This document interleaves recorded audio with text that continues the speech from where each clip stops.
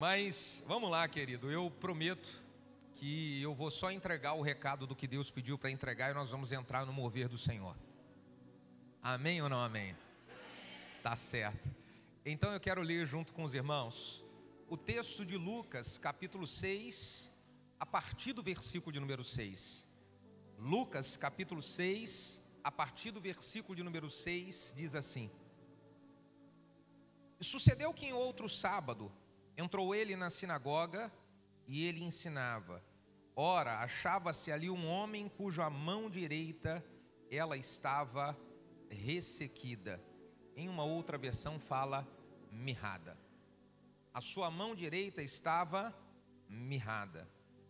Os escribas e os fariseus observavam-no e procuravam ver se ele faria a cura no sábado, a fim de acharem do que o acusar.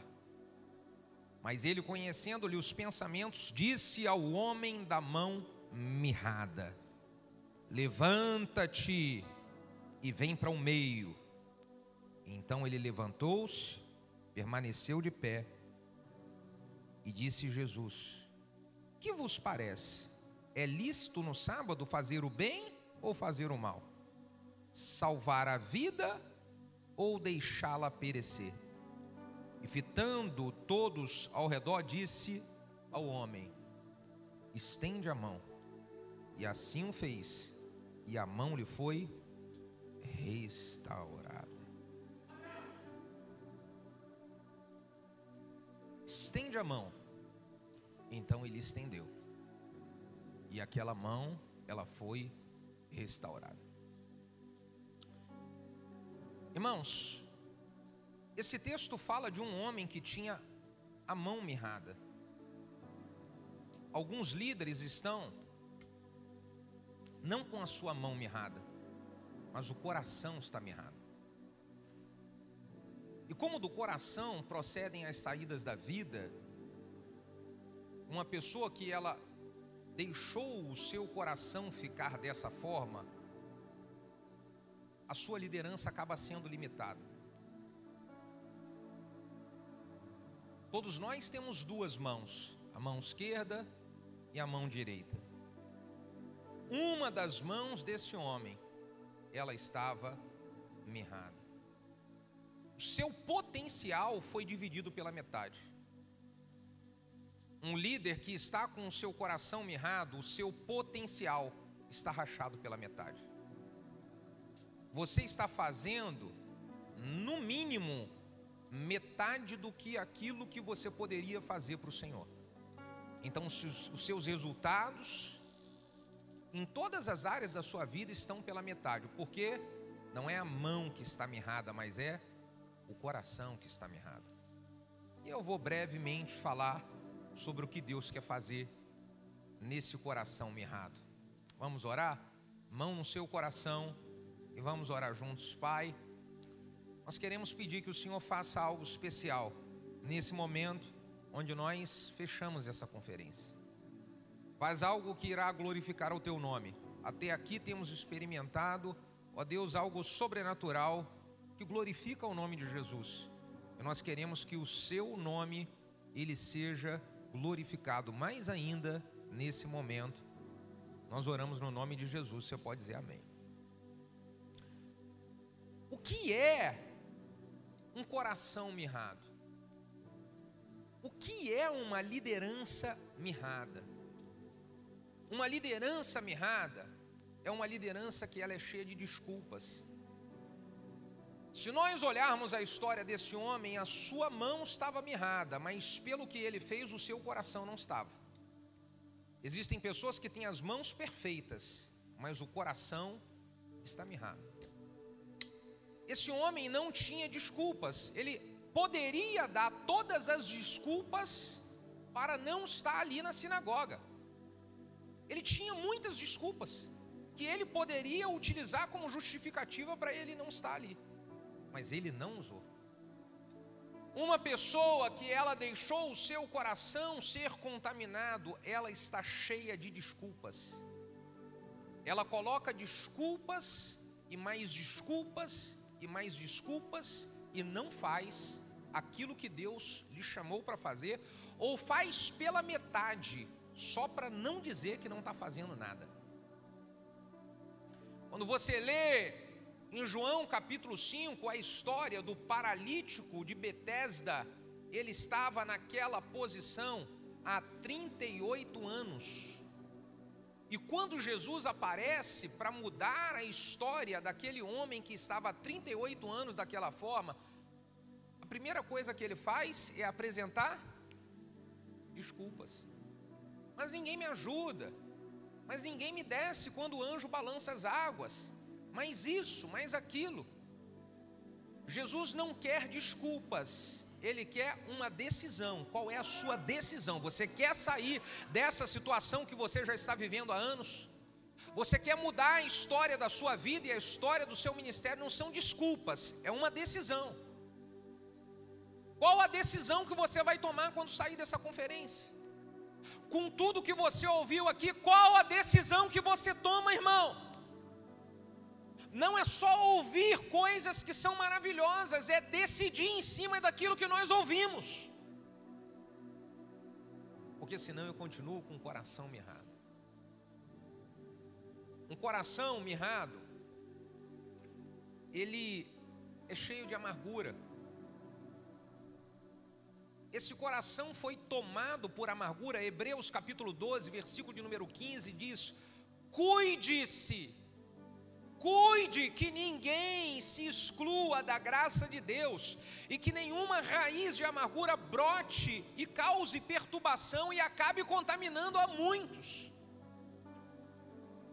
Uma liderança mirrada permitiu o seu coração ser tomado por amargura. Já contei aqui o testemunho, escrevi a respeito desse testemunho de alguns anos atrás, onde tudo na minha vida parou, porque o meu coração ele se fechou por uma família que saiu da igreja. Então foi uma família que nós cuidamos, que nós investimos, que nós demos oportunidade, e de repente essa família sai e eles levam outras pessoas junto com ele. Quando aconteceu aquilo, meu coração fechou. Eu falei assim: é difícil investir em pessoas. É difícil você dar oportunidade, acreditar, e você faz, e aí depois apunhalada pelas costas. Quando meu coração fechou, a igreja ficou 1 ano travada. Então eu aprendi que uma liderança, para ser curada, não pode permitir o coração ser contaminado pela amargura. E o perigo do nosso coração ser contaminado pela amargura é que nós contaminamos a muitos que estão ao nosso lado. Às vezes, uma mulher amargurada em casa, ela contamina o marido e os filhos, porque o coração foi tomado pela amargura. Um filho amargurado contamina o coração do pai e da mãe e esfria o pai e a mãe naquilo que o pai e a mãe têm que fazer na igreja. Um marido amargurado, ele acaba contaminando o coração de uma esposa envolvida, e essa esposa, ela fica com seu coração tomado, e aí para de fazer aquilo que Deus chamou para fazer. Aí se torna uma liderança mirrada, pela metade. Pela metade, o potencial, ele se diminui pela metade. Eu não quero isso para mim. Nós não devemos querer isso para nós. Nós não devemos querer isso para as pessoas que nós amamos. Então temos que trabalhar ensinando sobre isso, ministrando sobre isso, conversando sobre isso. Uma liderança mirrada, com o coração mirrado, é cheio de desonra. Uma das coisas que nós temos constantemente aprendido é sobre a importância de nós honrarmos uns aos outros. Um coração que é tomado pela desonra, ele acaba minguando e não cresce, gente. Domingo agora nós falamos sobre a história de Mical, que ela acabou se tornando estéril até o final da sua vida, porque ela desonrou o seu próprio marido. Agora pensa em uma mulher que está vendo seu marido alegre, feliz, porque está servindo a Deus, o Davi. Ela começa a atacar o Davi, e ela acaba se tornando infrutífera até o final da sua vida, porque a desonra tomou conta do coração dela. Então nós precisamos proteger o nosso coração, para que o nosso coração ele não esteja mirrado. O nosso coração não pode estar contaminado.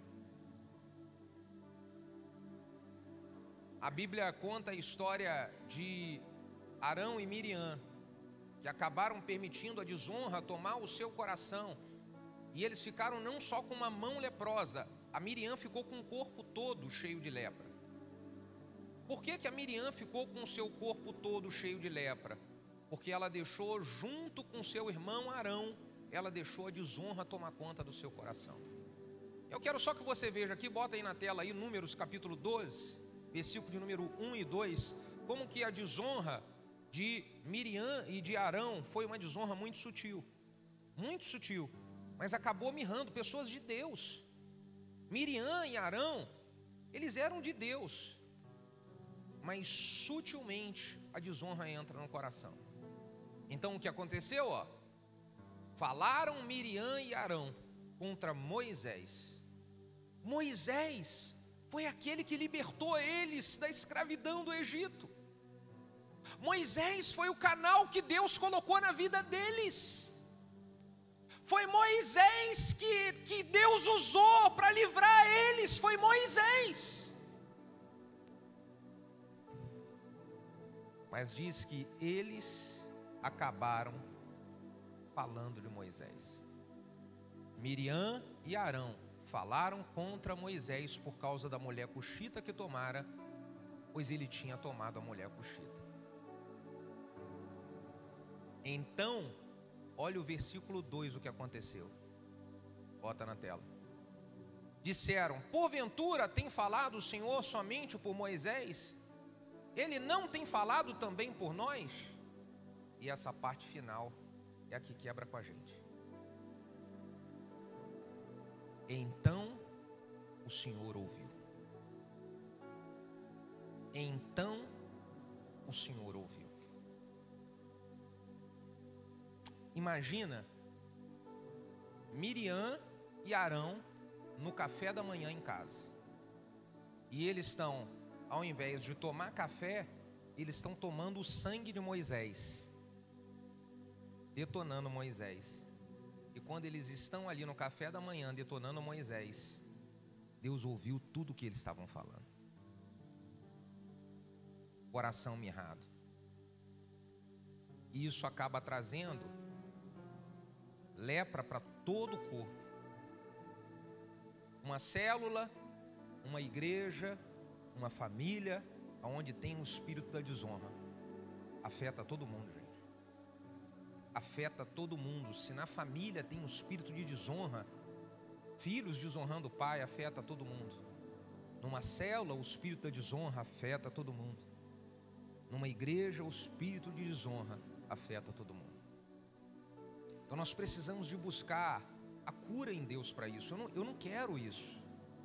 Tudo que nós estamos falando aqui é sutil e pode pegar qualquer um de nós. Eu não quero, então eu vou lutar. Da mesma maneira que esse homem fez alguma coisa para ele ser curado da lepra que está na sua mão, nós precisamos de lutar para não permitir a lepra ela ser tomada no nosso coração.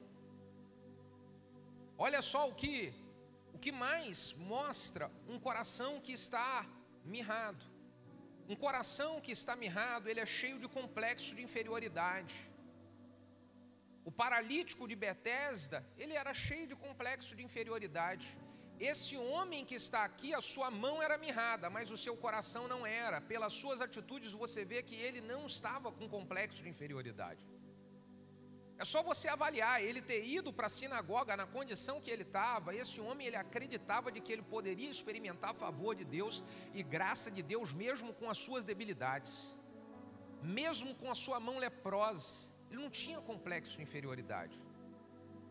Se nós queremos experimentar o agir de Deus na nossa vida e na nossa liderança, não podemos ter complexo de inferioridade. Nós somos a coroa da criação de Deus.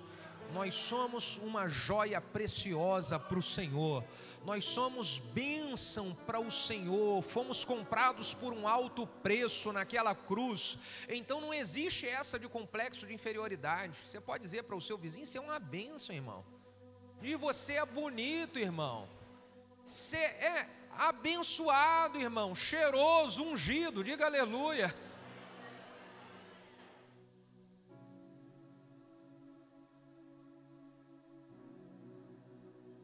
Um coração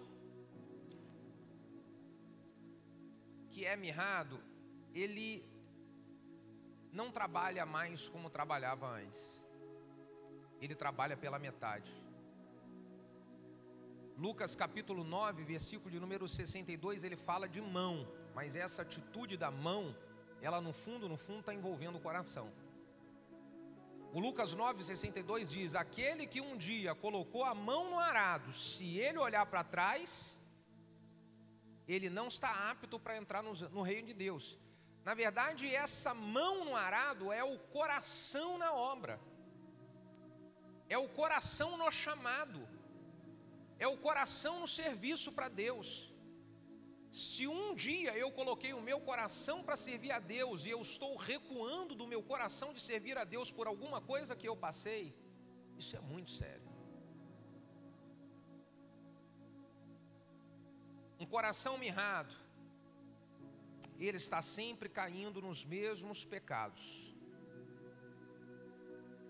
Não tem mudança, repete. É o ciclo que se repete. Você já ouviu por diversas vezes um ditado que diz assim: errar é permanecer no erro. Tem algumas pessoas de que o permanecer no erro não é mais burrice, é sem vergonhice.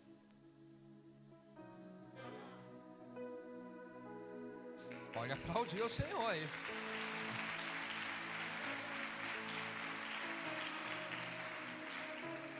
Não é nem burrice mais. Você já sabe o que Deus quer de você. Você já sabe qual é a maneira certa de proceder. Você já sabe qual é a direção do Senhor. Mas a gente cai na mesma coisa, e aí o coração fica mirrado. O coração mirrado, ele sempre vai afetar o serviço das nossas mãos. Sempre afetar aquilo que as nossas mãos têm para fazer. Só que Jesus é muito misericordioso, irmão. E mesmo eu, mesmo você, mesmo nós sendo cheios de falhas, Ele está sempre nos dando a oportunidade de virar a chave e mudar a história. Ele apareceu naquele dia para mudar a história da vida daquele homem. Não era nem um dia onde, segundo o conceito religioso, poderia se fazer alguma coisa. Só que Jesus não está preocupado com o conceito religioso. Ele está preocupado em mudar a vida daquele que quer ser mudado, de transformar a vida daquele que está disponível para ser transformado. Então Jesus aparece ali, e aquele dia foi o dia da mudança. Hoje é o dia da mudança. Com tudo que nós estamos recebendo, hoje é o dia da mudança. Hoje é o dia da mudança. Então, 3 coisas para poder experimentar essa mudança, e a gente finaliza para orar. 3 coisas. Pastor, eu quero experimentar essa mudança. Por quê? Eu estou com o meu coração amargurado. Eu estou com a obra pela metade, não estou mais fazendo da maneira como eu fazia. Eu estou sofrendo desonra em casa, ou eu tenho tido pensamentos de desonra. Eu estou passando por situações difíceis, eu estou pela metade. Como é que eu faço para ser curado? 3 coisas. Primeiro, Jesus falou para aquele homem. Quando ele entrou, ele viu aquele homem e ele disse: levanta-te. Imagina um homem sentado. Jesus olha, na sinagoga cabiam aproximadamente umas 100 pessoas. Umas 100 pessoas ali reunidas. Jesus olha aquele homem e ele fala: você aí, ó, levanta. Irmão, não tem como eu experimentar a transformação de Deus se eu não me posicionar. Levantar é se posicionar. Levantar é se movimentar, é sair da acomodação e dizer, é para mim esse negócio, é comigo que ele falou. Imagina, ele fala assim, ó, você aí, ele fica olhando, será que é para outros? Não, é para mim, eu vou levantar, é para mim. Será que Deus está falando com alguém aqui essa noite? Você pode dizer, é para mim? É para mim, não é para cá, não é para lá, é para mim. É para mim, eu estou aqui, Senhor, é para mim, é comigo isso, é para mim. Levanta. Não tem como eu experimentar um agir do Senhor se Ele fala comigo e eu fico me escondendo. Não é para mim isso. Levanta. Ezequiel capítulo 2, versículo 1 e 2, Deus fala para Ezequiel, filho do homem, põe-te em pé. É de pé que Deus vai transformar a nossa vida, põe-te em pé. Quando Elias está no processo de entrar para a caverna, porque ele tinha sofrido aquela ameaça da Jezabel, e ele começa a entrar em conflito interior, e o desânimo começa a bater, ele para debaixo de um zimbro, e ele se alimenta, e o anjo aparece e diz, levanta-te, Elias, porque longo é o seu caminho. Levanta-te, levanta-te, porque você tem muita coisa para fazer. Deus vai transformar a sua vida se você se levantar, Elias. Levanta-te.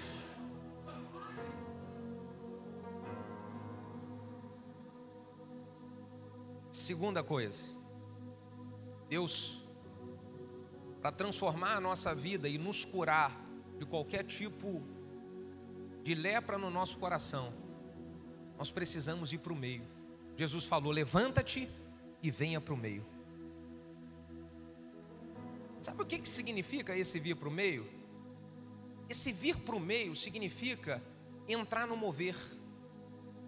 Entrar no mover, pensa, o cara estava lá, escondido, isolado em algum lugar, porque ele não podia estar com a sua lepra aparente, visível. Jesus fala, primeira coisa, levanta-te. Segunda coisa, vem para o meio, entra no mover. Vem para o meio, se exponha. Ô irmão, não tem como eu experimentar uma nova fase, uma mudança na minha vida, se eu não entrar no mover que Deus está proporcionando na igreja, e se eu não me expor para que a obra de Deus continue a acontecer na minha vida. Levante-se, venha para o meio, entra no mover e se exponha. Você está com medo de quê? Você está com medo de ser transformado por Deus? Você está com medo de experimentar a cura de Deus? Levanta e venha para o meio. Mas eu tenho vergonha porque eu fiz muita coisa errada. Irmão, Deus quer quebrar essa vergonha e fazer você recomeçar. Mas eu tenho medo do que as pessoas vão falar de mim, porque eu errei muito. Recomeça, vem para o meio que Deus quer escrever uma nova história. Mas eu falei muita besteira, vem para o meio e esquece as besteiras que você falou. Vai falar coisa boa a partir de agora. Levanta e vem para o meio, irmão. Vem para o meio. Deus está convidando, vem para o meio. Você se afastou por quê? Vem para o meio. Volta para o meio. Por que você se afastou? Volta para o meio. O diabo está colocando na sua cabeça para você se isolar. Não vai ter mais jeito para você não. Todo mundo vai te rejeitar. Quem disse? Deus está dizendo, vem para o meio. Você volta para o mover. É só você querer se posicionar e voltar para o meio. Volta. Terceira coisa, levanta, vem para o meio, e Jesus fala, estende a mão. Levanta, vem para o meio, estende a mão. Agora vamos pensar, olha o desafio para o cara, é um desafio, irmão. Recomeçar depois do nosso coração ter sido tomado é um desafio, não é fácil. Não é fácil. Quando você conversa com pessoas que se afastaram, e fala, como é que foi para voltar? Quem aqui sabe do que eu estou falando? Não é fácil. Uma pessoa que largou a líder, era líder, a pessoa servia, ela trabalhava, o coração dela encheu. Para essa pessoa voltar é um desafio. É um desafio. E para superar esse desafio eu tenho que me esforçar. Porque não é fácil, eu estou lá isolado, escondidinho aqui, me deixa aqui no meu cantinho, eu só vinha, me deixa aqui quietinho. Mas Jesus falou, eu não vou deixar você quietinho, porque eu te amo tanto, que eu quero que você seja transformado, e você volte a ser quem você era. Eu te amo tanto, que eu quero que você volte ao normal, mesmo que eu tenha que te expor, mesmo que eu tenha que fazer aparecer algumas coisas, levanta, porque eu te amo, e eu tenho um chamado na sua vida. Eu quero que você volte com as 2 mãos perfeitas. Então ele está lá, olha o processo. Jesus fala, levanta. Nossa, que vergonha levantar. Irmão, não sei se você percebe isso aí, mas aqui no domingo, a gente faz muito aqui o apelo aqui, pastor Alex, Fábio, o pessoal sabe. E a gente fala bem assim, ó, quando a gente prega uma mensagem, que é uma mensagem de exortação, de algo que a gente precisa consertar, e é bom de vez em quando umas mensagens dessas, sim ou não, irmão? Essa como ele estuda um pouco diferente, né? Mas aí você faz um apelo e fala bem assim, quem aqui gostaria de acertar a sua vida? Vem meia dúzia aqui na frente, irmão. Fala, nossa, mas essa igreja está muito santa, rapaz, que maravilha, Jesus, esse povo está muito abençoado. Agora quando você prega uma mensagem e fala assim, quem é que está precisando aqui de uma vitória segunda-feira, uma restauração no seu trabalho, uma vitória para Deus te abençoar, te livrando do inimigo? É ou não é? Por quê? A gente tem dificuldade de se expor. E é por isso que muitas vezes o nosso coração que está leproso não é curado. Se expor não é fácil, gente, mas faz parte do processo. Jesus falou, levanta. Ai, que medo. Todo mundo vai me ver. Estou nem aí que todo mundo vai me ver. Eu quero experimentar uma nova fase na minha vida. Eu não aguento mais viver do jeito que eu estou vivendo. Eu não aguento mais ficar dessa forma. Não está tão angustiante, está me fazendo mal. Estou nem aí que vão me olhar. Eu vou aparecer mesmo. Tá, mas Jesus fala, levantou? Agora vem para o meio. É mais ainda, eu vou ter que ficar na frente de todo mundo aqui?